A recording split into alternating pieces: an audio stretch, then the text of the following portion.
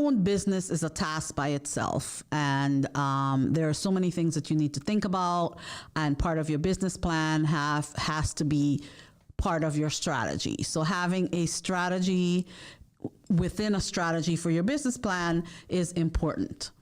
So, as always, we talk about finance. So today we're going to talk about how can you improve your business profitability. Improving business profitability involves implementing strategies, like I explained, to increase revenue and reduce costs.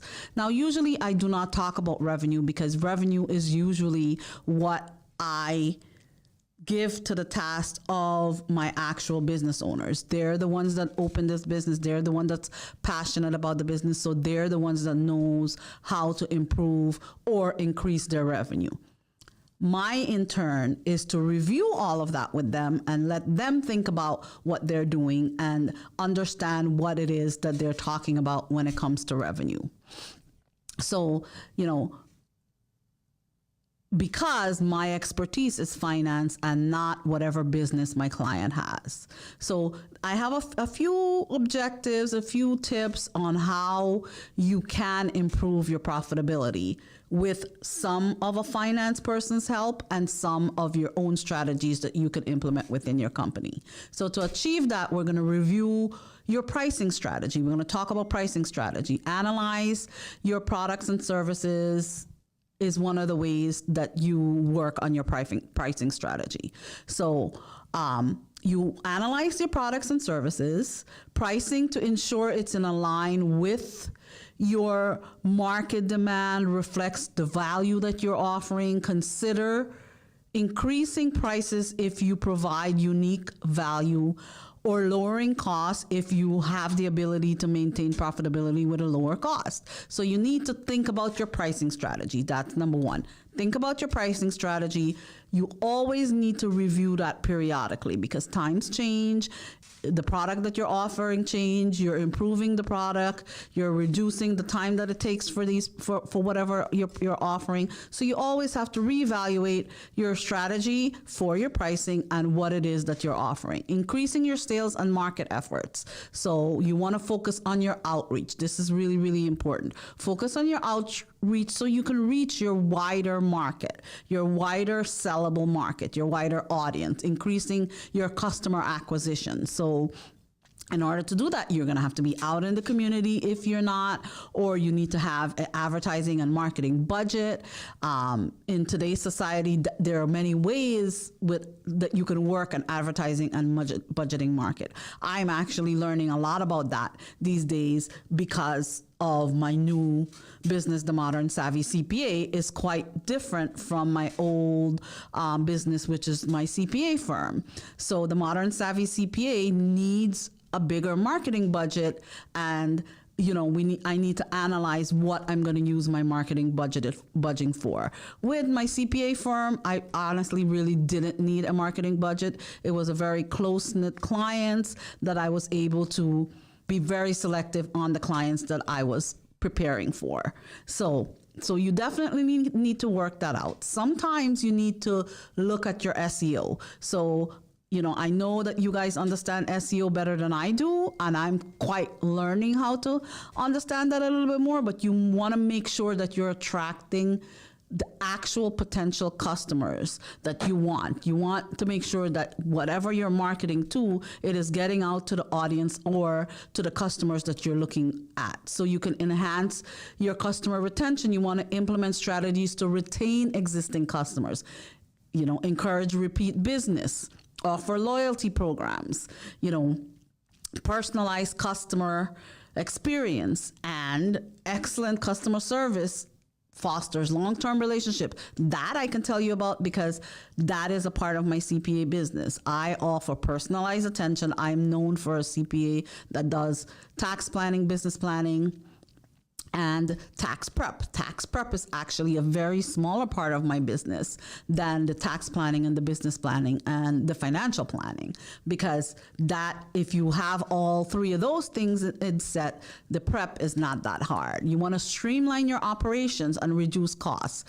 Conduct conduct through reviews of your business operations to identify the areas that you can reduce costs without compromising your quality. So, you want to make sure that you're thinking, you're looking, you're analyzing your numbers, analyzing your products, get involved in, a way that you can reduce costs, your supply chain, renegotiating contracts with suppliers, if you're selling a product, renegotiating contracts with your labor force. So, implementing, efficiency through inventory if you're an inventory-based business, automating repeat tasks, which is something that's so important to today's society. Automation, it does not only work well for personal finance, it is an excellent tool for business finance, especially with the rise of AI. 2-3 years ago, who knew what AI was? Today, AI is such an important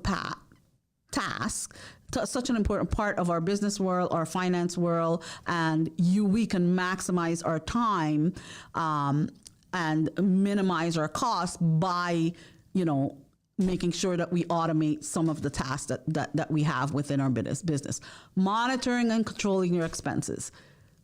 A lot of the times when I say that, my business owners look at me and like, oh, because they're not even looking at their expenses. Monitor means you got to look, you got to check it, you got to know what you're doing. You got to keep a close eye on all the expenses, eliminate unnecessary wasteful spending. I see it all the time. Sometimes you don't even know that you're doing wasteful spending because you're not monitoring. If you're not monitoring, you cannot control your expenses. So you want to make sure that you're looking at your overall profitability, improving it, following your budget, cutting the costs for non-essential areas that you don't see that's benefiting you, or reallocate some of that money to better work with your business. Identify new revenue streams, like what else can you do within your business to be able to maximize your profitability, explore opportunities, diversifying your product, targeting new customers and segments, depending on what the market is. There's new markets within markets all the time. With social media, you would think that if you're doing one thing with marketing, the marketing world has changed so much in the last, I would say 5 years, but maybe 10 years, that marketing in the old days and marketing today is completely different. So if you're not identifying, your new customer segments, your targets, your new markets, and what your new market is looking for, you're going to lose out on that. Or, it's just like, Kodak and filming. Kodak used to be decades ago one of the most profitable, valuable company on the stock market. Today, I believe it was even in the Dow.